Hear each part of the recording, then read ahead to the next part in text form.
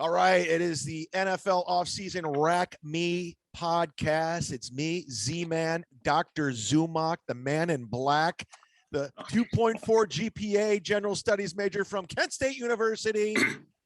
Rocking it with you with always is Ken Mosca and Tony Mazer. Gentlemen, how are you? Doing well, Dr. Z. And truth disclosed, who gave you that nickname, Dr. Z? You are the new Dr. Z. A PhD in bullshit. That'd be. I gave Chad the Dr. Z moniker since the original Dr. Z Zimmerman died a couple years ago. So we have a new Dr. Z. I trust Dr. Z better than Dr. Fauci, but that's neither here nor there. Tony, how's it going over there in Radio Land? Oh, not too bad. Just enjoying myself here in not so sunny Akron, Ohio, and looks like we have a lot to cover here on this Rack Me podcast. You know what? We've been looking forward to this. We were texting, group text. We wanted to do it early because it's kind of hot. It's new. It's not just a Cleveland story. It is a national news story, and there's so many layers. I'm actually going to sit back and hang and get your guys' takes because I have one, but I have no idea where we tease it on Mondays with Mazer, and I haven't talked to Ken about it. So, Tony, you lead the charge since you have notes. Well, you both have notes. Yes. Well, first of all, Leonard Fournette, huge move in the offseason, 3-year, $21 million deal with the your Tampa Bay Buccaneers, of course. My Browns back up. So the whole thing, this is what's interesting. So last week I was on vacation. I was down in Florida. And I was rarely checking email and checking social media. I was trying to be like, look, it's a vacation. I posted a couple of things on Instagram, but I really was not looking at my email and any of the news. And then what we heard on Thursday was it Wednesday? I think it was Thursday. Baker Mayfield of the Browns posts this long letter as a thank you to Cleveland and everything. And people are like, what does that have anything? Does this mean he's gone? What's going on? And it meant to us that, okay, Baker's going to be gone. So who are the Browns going to get? Because we've heard about Deshaun Watson and these charges and these allegations kind of being dropped. And, there's about 24 of them. And so when you're hearing that, the Browns really didn't have a ton to offer on the surface of what they can do with trying to acquire him. And it seemed like the Saints and the Panthers were the two front runners to get Deshaun Watson. Well, then all of a sudden the next day happens and Friday afternoon, Deshaun Watson with 6 picks now, 6 picks, guaranteed money, $230 million. The Cleveland Browns decide, we're going to make a trade for him and he's going to be our starting quarterback, suspension or not going into the 2022 season, which means Baker Mayfield is persona non grata right now. And we'll get into all of that, but that's how this all started. And it sparked a lot of controversy, both sports and non-sports alike, where people are talking about this huge story of somebody like Deshaun Watson, who was out of football last year because of what was going on at the Yankee cranky shops, the massage parlors, and he didn't play last year and he got paid. So people are wondering what is going on and the morality of it, the football, and I kind of want to get your thoughts and Chad as well about what, looking at it from obviously a football standpoint, it's a great move in the short term for the Cleveland Browns. But then when you look at it from a non-football standpoint, there's going to be a lot of stuff that's going to happen that's coming from this that we're going to need to deal with. And it's going to be, I think, a theme on this podcast, probably going up until the regular season starts. And not just with Deshaun Watson, but the morality and getting behind a football player. And if people are going like, hey, they got a guy who's a sexual assaulter, I'm going to burn my jersey. Chad, you know about burning jerseys. And IMO. Tony, sorry to interrupt you. No. We can talk morality if you want. And listen, to me, I don't care about the moral issue.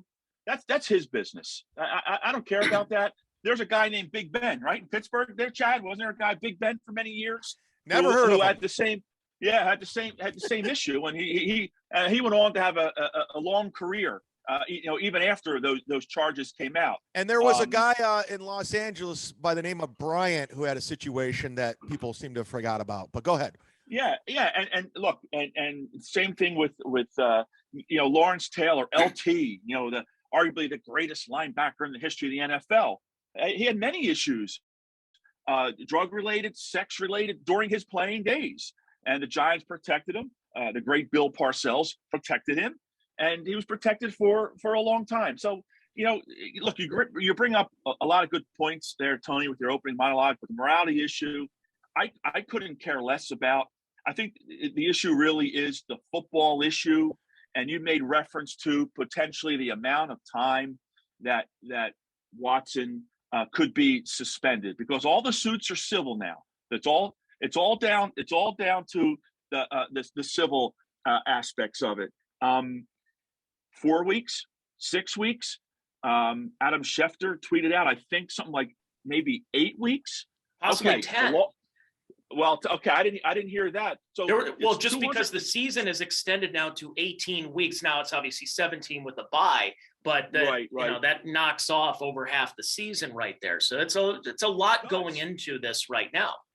And it's a half a season of pay. The Browns are not putting out in this first year of the contract. It's a big contract. It's a guaranteed contract, but under a suspension, he doesn't get paid. Correct?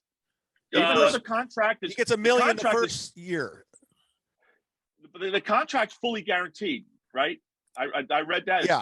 It's fully guaranteed, which is amazing. All these years that NFL players, were screaming for guaranteed contracts like the other sports, and now they finally have them.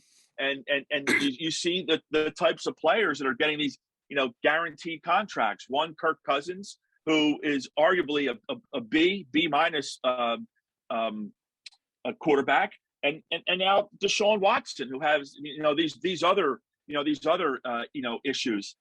To me, it's about the football. It's not about the morality part of it, because we could go up and down football rosters and any other sport rosters and pick out guys whose morals were less than stellar. Well, Kellen, I'll weigh in on this, and Tony, and you can tie this all in a bow. Here's my take. Piggybacking off what Ken just said, that's how the NFL owners are thinking. They don't give a fuck what you do off field, because you just named all those names. They got a statue of Ray, what's his name? Ray Lewis in Baltimore. The stuff with Ray, they don't care. I mean, it is what it is. What you do on the field is what they care about. So obviously, they look at Deshaun Watson, who I did a little homework on. Pretty damn good fucking quarterback. It's definitely an upgrade from Baker. So there's some upside just in the football department, but you bring up the morality issue and the civil suits and all that going on. That's a weird situation to give guaranteed money to a person of color, by the way, in a quote unquote racist league, guaranteed money. So there's that issue. Also is, like you said, is he going to play next season at all? Is he going to play half the season? He just had a full season off. Will he be effective? Is he going to be well rested? So there's a lot of questions going in with that. And I know Cleveland, Cleveland, winning cures everything. If they traded for Big Ben Roethlisberger and he was winning right out of the gate, we wouldn't give a shit anymore. That's how they think. But, we live in a different time, a different culture, and everything that's going on and swirling around and circling around. We don't know exactly how it's going to play out, but that's a lot of balls from the Haslams to do what they did. I mean, that was a lot of balls. That means they want to win now. Well, yeah. Well, and Jimmy Haslam, and Ken knows this very well of being a Cowboys guy, is that Jimmy Haslam is the poor man's Jerry Jones. He's Jerry Jones without the championships. He's Jerry Jones without the charisma. He's in his first couple of years when he bought the team, he meddled. He was on the sidelines. He had his say. He wanted Johnny Manziel on the team no matter what. And you realize, like, what have you done? And Tony also had the scandal with the Flying Pilot Jays and the rebate scandal. So when you talk about somebody who has a moral compass, he has none. And that's the thing is, when you talk about professional sports or just sports in general. So I wanted to talk about that morality in sports again, because, normally we kind of shrug that off when it comes to Roethlisberger. But what's the difference between Ben Roethlisberger and Ray Rice?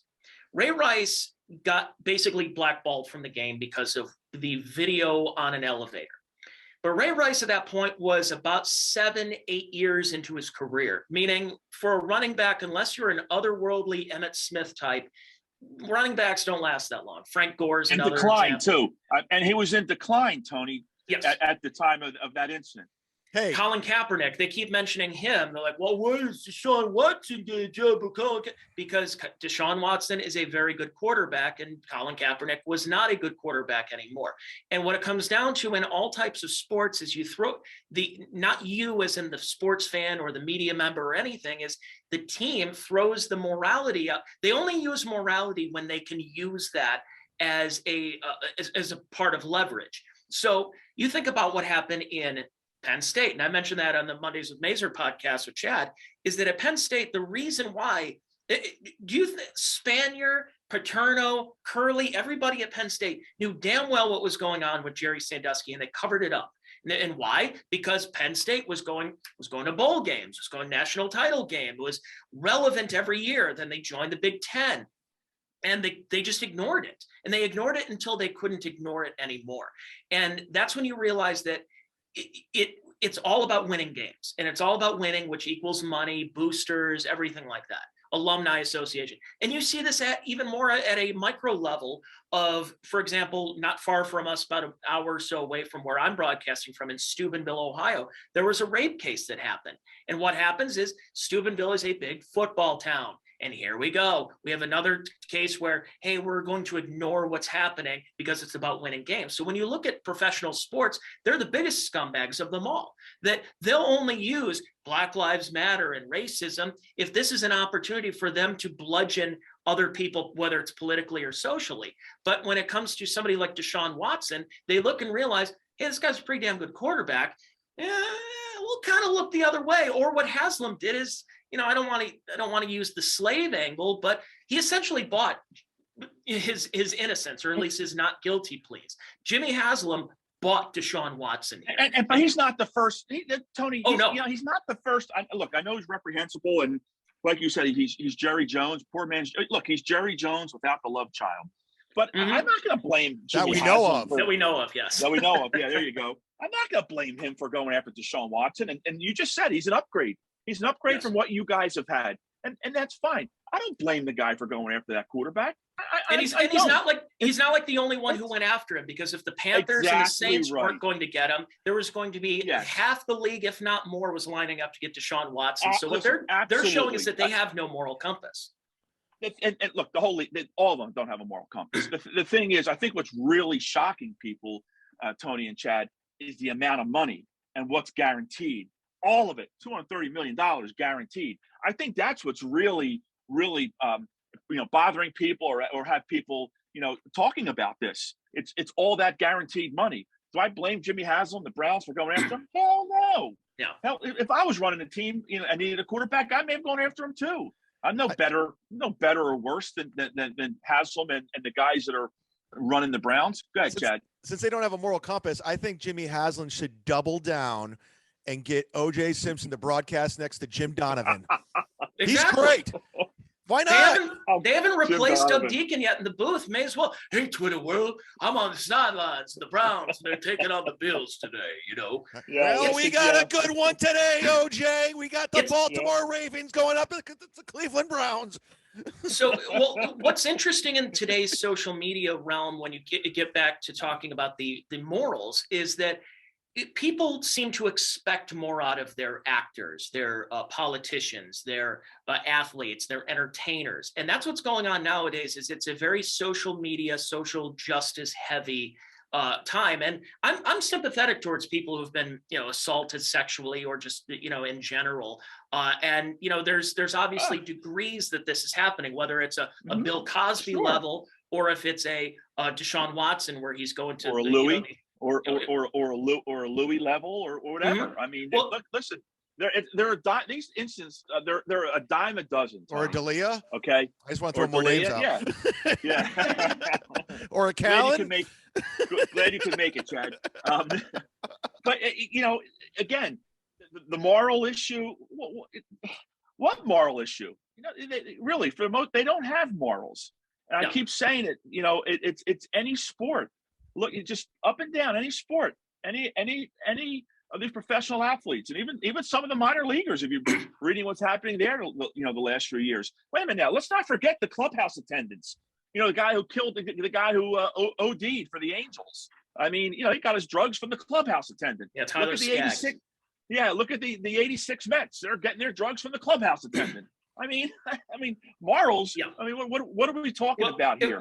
And when people are complaining it, because we were mentioning about Louis and Brian Callen and everybody, is what I find interesting is there's also hypocrisy. This is where that nuance, when you talk about morality in anything, where you look at it, there's nuances to other nuances. So when you talk about the people, because I see a lot of female sports fans in the last couple of years, because I don't know if they're truly about enjoying sports or if it's just a form of clout and everything online and influencing.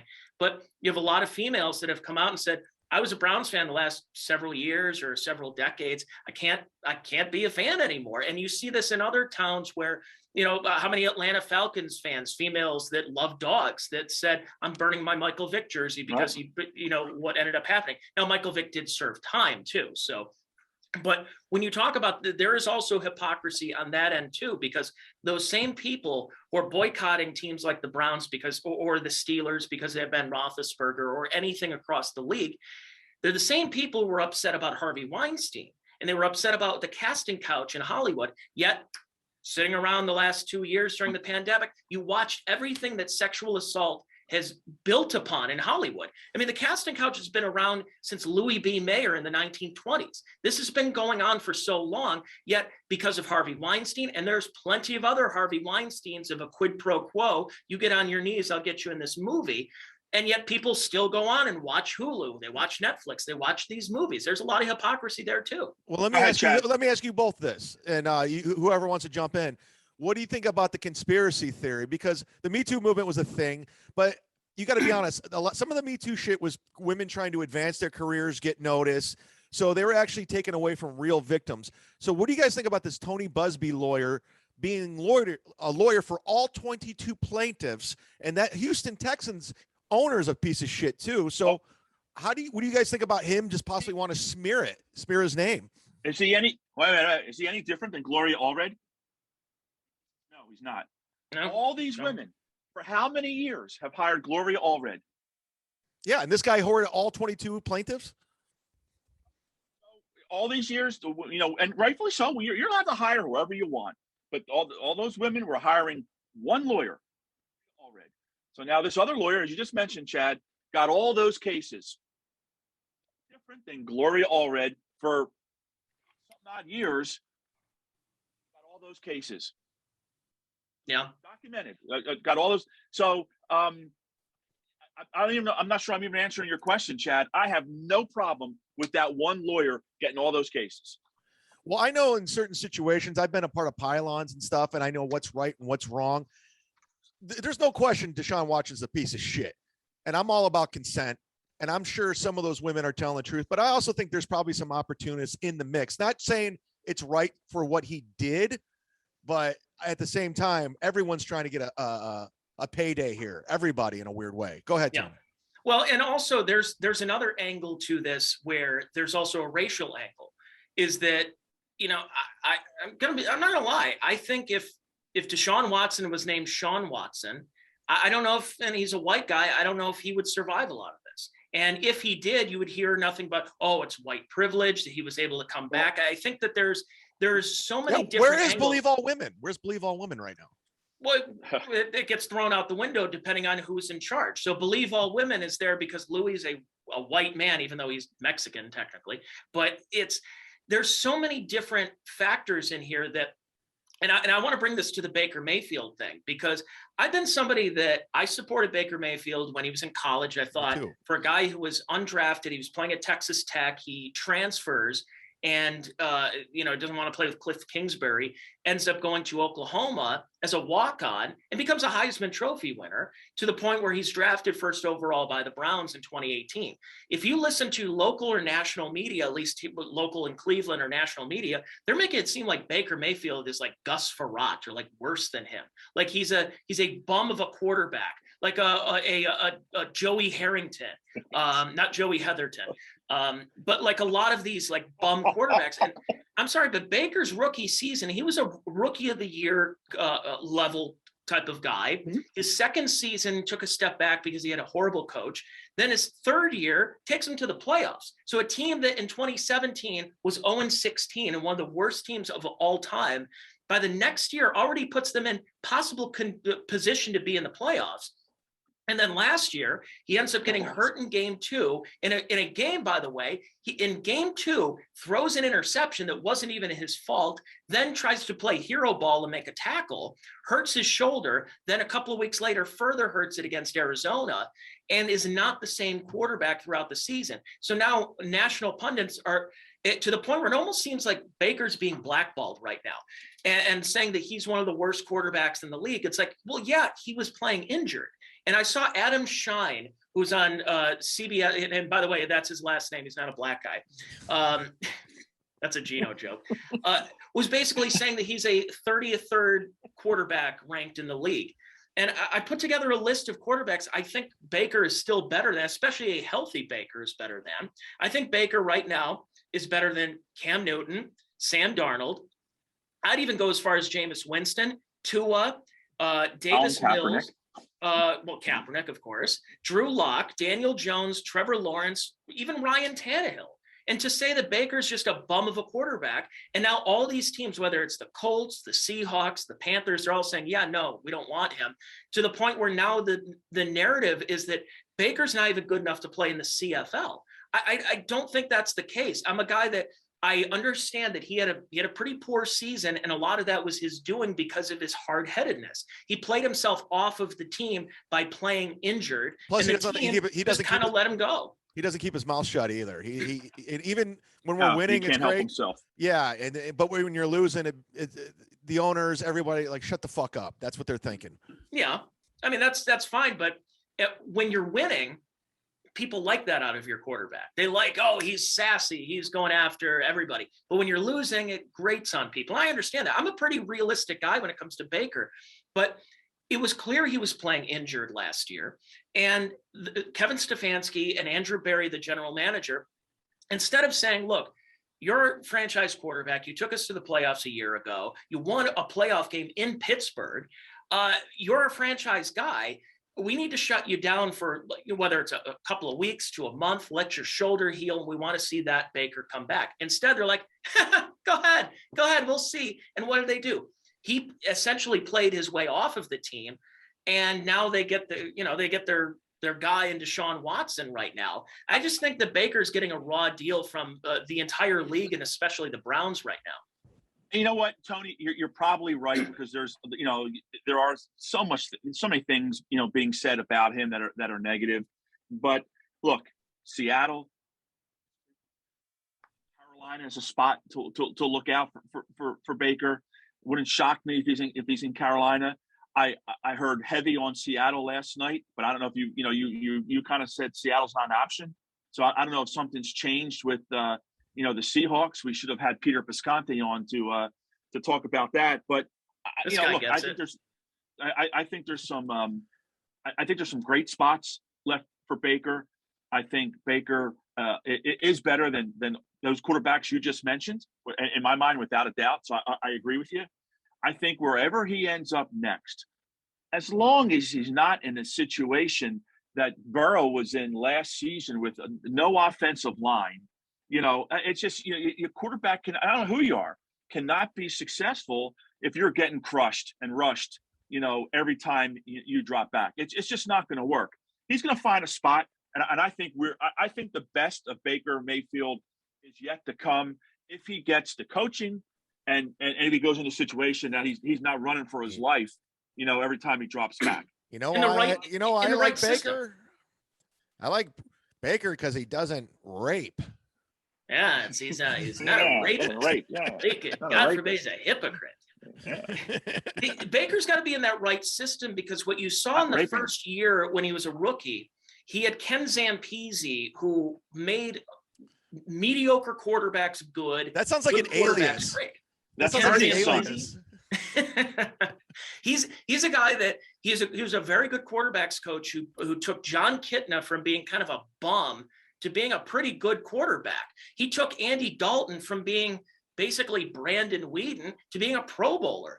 He's a good Carson Palmer, he did a great job with. Ken Zampese is a very good quarterbacks coach, and that was Baker's quarterback coach in his first year. Then Zampese gets kind of tossed to the side by 2019, and they bring in Freddie Kitchens with Ryan Lindley, former bum quarterback, to be his quarterback coach, and you saw the regression happen. So yes, you have to be in the right system for you to succeed in any quarterback.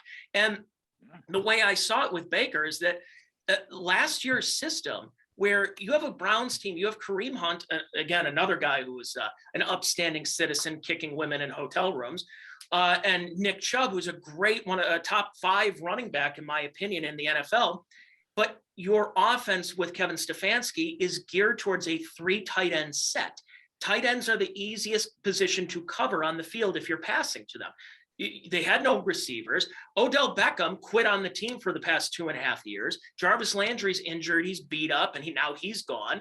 So your best receiver was a kick returner from Michigan and Donovan Peoples-Jones. And you want to throw the ball 50 times a game to tight ends, to Austin Hooper, who can't catch, to David Njoku, who has stone hands. And then anytime that offense ended up getting down by 7 points, he's abandoning the running game.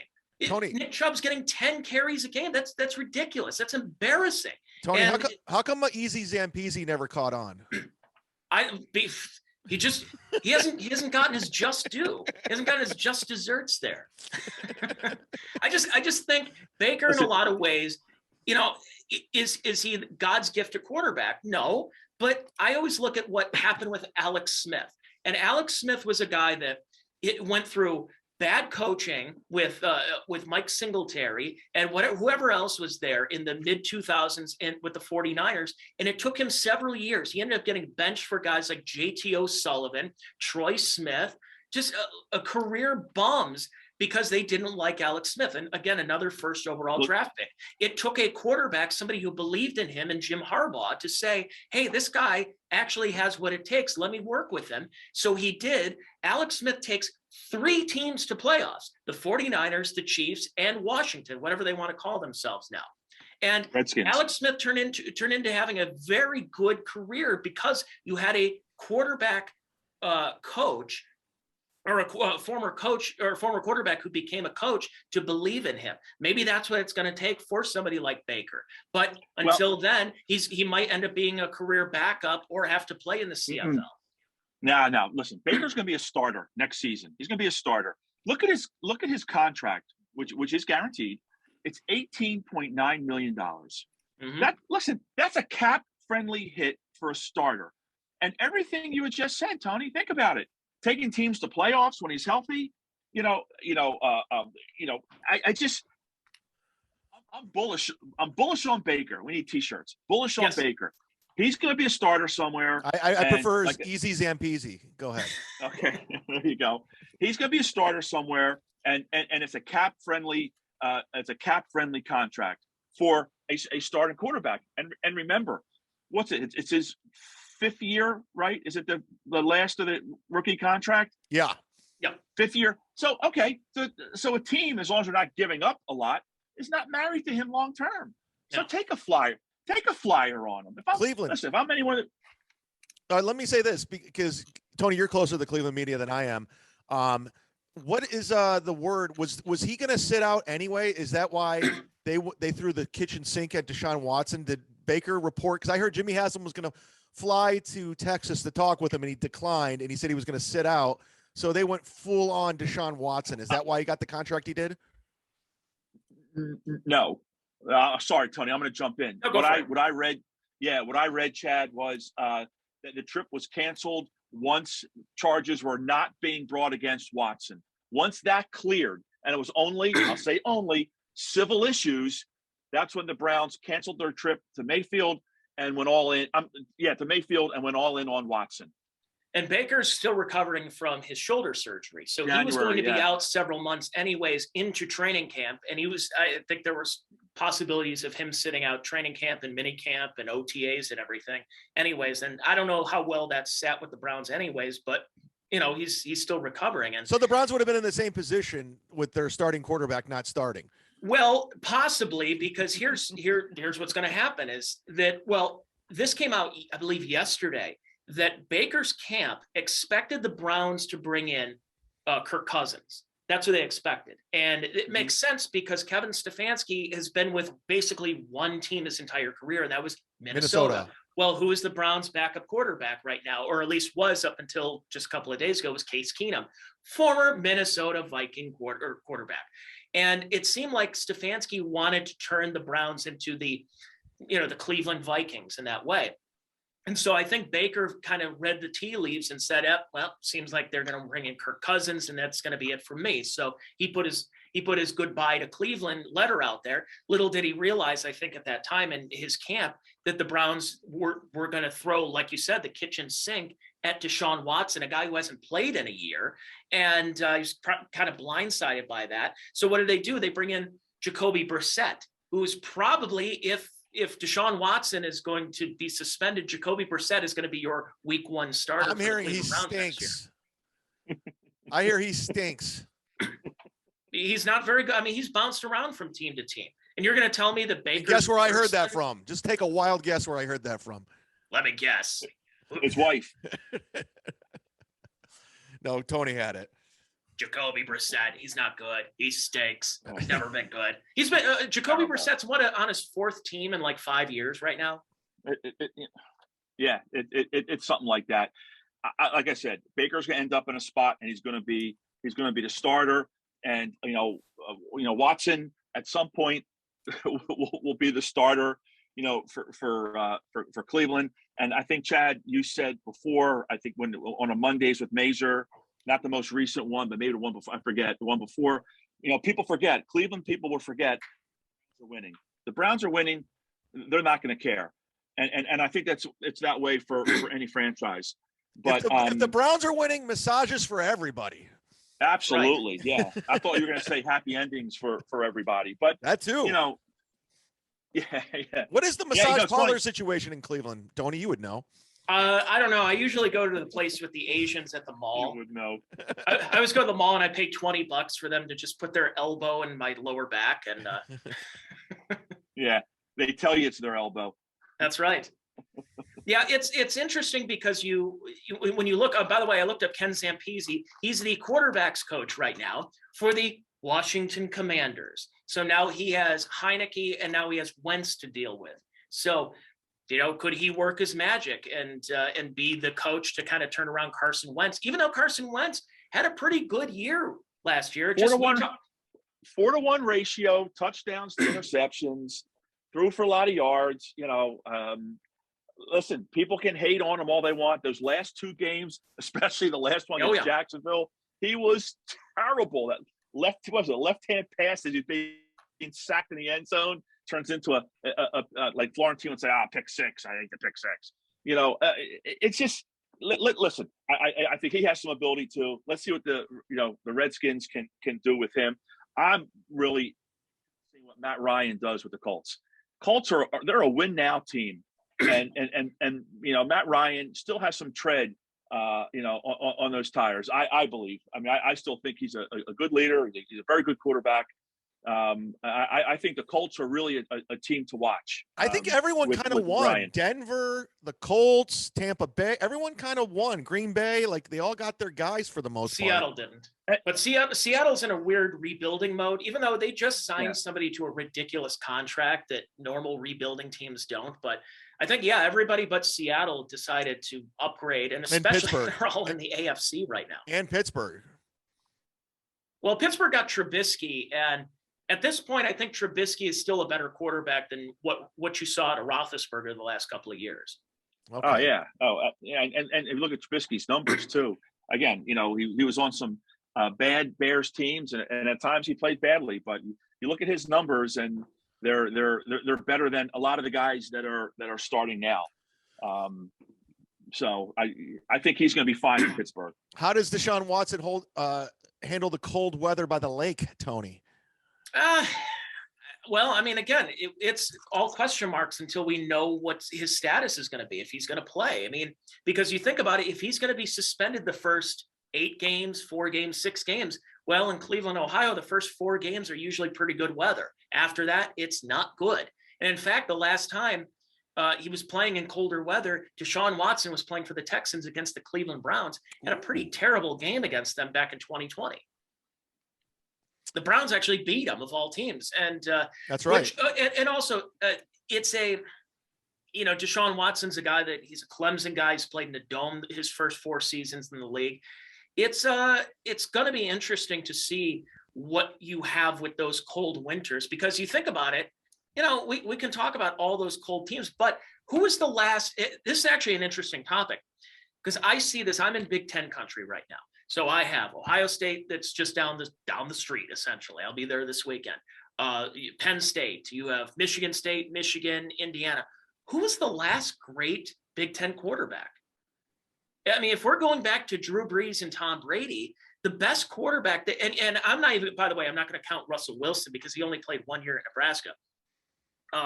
The best Big Ten quarterback of the last 20 years since Brady and Brees is probably Kirk Cousins. And so when we talk about those quarterbacks, what's that? Drew Henson. Oh yeah, exactly. Yeah. What's Josh? What's his name? Was it Josh Booty, or was I forgot where he was? But there's Josh a lot Cribbs, of those Kent State University quarterback, 5 and 5. Exactly. Julian Edelman. Julian Edelman. But I think a lot of that, when you talk about, it's going to be, how can a guy who was drafted out of Florida be a good quarterback in the North? I don't know if I take a lot of stock into it, because I see a lot of quarterbacks who came out of the Big Ten who are playing in that climate, who just aren't really that good. And there really hasn't been many Big Ten quarterbacks that have done anything in the last 20 years. I think they should triple down and not only get O.J. Simpson for the broadcasting booth with Jim Donovan, but hire Ray Rice as a consultant. Ray Caruth on the sidelines is a. Let's just do it. Ray Rice is working. Is he still working for the Ravens? The Ravens hired him back. I think he's in community relations or whatever. I know he's there for quite a while. Perfect for community relations. He was the nicest guy when I was in NFL Absolutely. locker rooms. When I was in NFL locker rooms for several years, Ray Rice was the nicest guy to me. Like, I was working for Yahoo Sports at the time, and I was asking him for an interview, and we had a great conversation. And then he had to go because he said he had diarrhea. But it was funny because I'm like, wow, Ray Rice, that guy was a really nice guy. And then less than 2 years later, here comes that video. Well, at the same time, in the same locker room, Ed Reed was a fucking asshole to me. Fuck that guy. Ed Reed? Ed Reed, yeah. But I want to bring this up, kind of switching gears, as we say in radio. What do you guys think of the shakeup in the broadcast booth that's happening? Well, look at the money being thrown around. Look what, I look, Amazon now with Al Michaels. Al Michaels. Big money. He's going to be with Herbstreit. I don't know how. I mean, I've seen Herbstreit with the college. I'm not a big Herbstreit fan. That's going to be interesting seeing Michaels, but. You got the Fox booth now reincarnated in ESPN. Look at the money being thrown around. Big money being thrown around. So a lot of changes. But the shocking thing, Tony, to me is the amount of money. Just amazing. And remember, it all kicked off with Tony Romo when CBS signed him to that huge contract. But that went right up Troy Aikman's ass. That really bothered Troy Aikman for a long time. Well, since I'm woke, Chad, I only watched the NFL 360 broadcast booth with Andrea Kramer and Hannah Storm. That's the only one I'm concerned with. I watched the Nickelodeon one. It's for me, it's the morning show on Disney Plus when they start talking about the changes and the goings on in the NFL. Disney Plus in the early morning, you got to check that out. Oh, good! I can't wait. Let's get back to the broadcasting booth of Snoop Dogg and Kevin Hart. I think it's. No, anyways. I will say I've always said this about Joe Buck, because I know there's a lot of people who hate Joe Buck, and I can't stand Joe Buck in baseball. Artie Lang likes him. I think in football, I think he's fantastic. I think he's a great play-by-play guy, and I think he has a good rapport with Troy Aikman. In baseball, I think because it's a slow-moving game, he runs out of things to talk about. So he thinks he tries to be Vin Scully and come up with these anecdotes, and they just all fall flat. But I've always thought he was a very good football announcer, which is odd because his dad was a great baseball announcer. But I thank God that I can, so this is an exclusive deal with ESPN. So he's done with Fox Sports, right? I don't know that. I hope I don't so. know. I know he was. I know there were some certain Fox things that he still wanted to do, but I don't know. He could probably do NFL Network, but I'm trying to think. He worked for Fox Sports through the inception of 2022. So that means he's done with Fox Sports, which I love because as a guy who loves broadcasting and following the broadcasters, the days of Bob Costas, when he was at least doing World Series games, or Vince Scully or Jack Buck, or it switched it up. Al Michaels did the 89 World Series, and he also called a couple of Sean McDonough when it was on CBS in baseball. I want to hear different voices. Oh, yeah. And in baseball, for the last almost 25 years, has been Joe Buck, Joe Buck, Joe Buck. Every single year, I'm tired of it. And I want to hear somebody, whether it's a Matt Vasgersian, whether it's whoever else can do the games. I'm just so tired of hearing Joe Buck calling every major sporting event the last 25 years. Well, CNN and CBS tried to mix it up with their NCAA tournament coverage and getting Rex Chapman, and he's doing a great job. He's really stealing money from them. Hey, just getting back to Costas. You mentioned Bob Costas. I really enjoy him and Jim Cott on the NFL, on the MLB network when they do games. And I know Cott's schedule. He's in his mid 70s, I think, or late 70s. I know his schedule. He, for obvious reasons, his age is he reduced it. I hope they do games because Costas and Cott together in baseball are really good. Just a side note, and a friend of the show, you know who Bob Costas' favorite comedian is? One of them, Jim Florentine. Oh, really?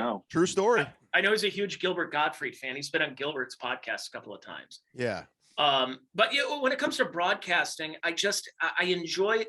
That's the thing about Al Michaels is Al Michaels and Bob Costas. For my age, I'm 34. So they're like kind of the voice of my childhood.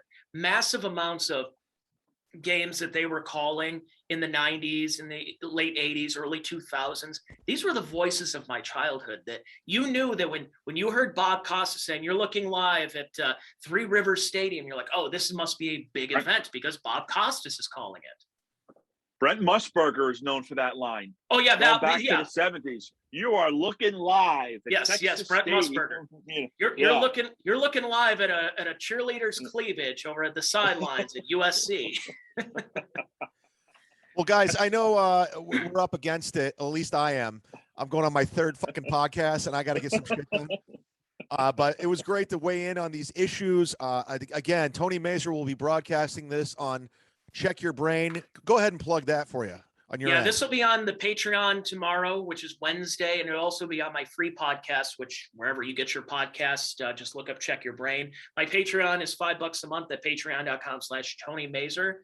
And it's a nice conversation that we've had here. A little bit of sports, a little bit of everything here. Yeah, we still got the Rack Me podcast Patreon going. We're going to put this one out for free too, just so you guys can get a little taste of the insight we bring.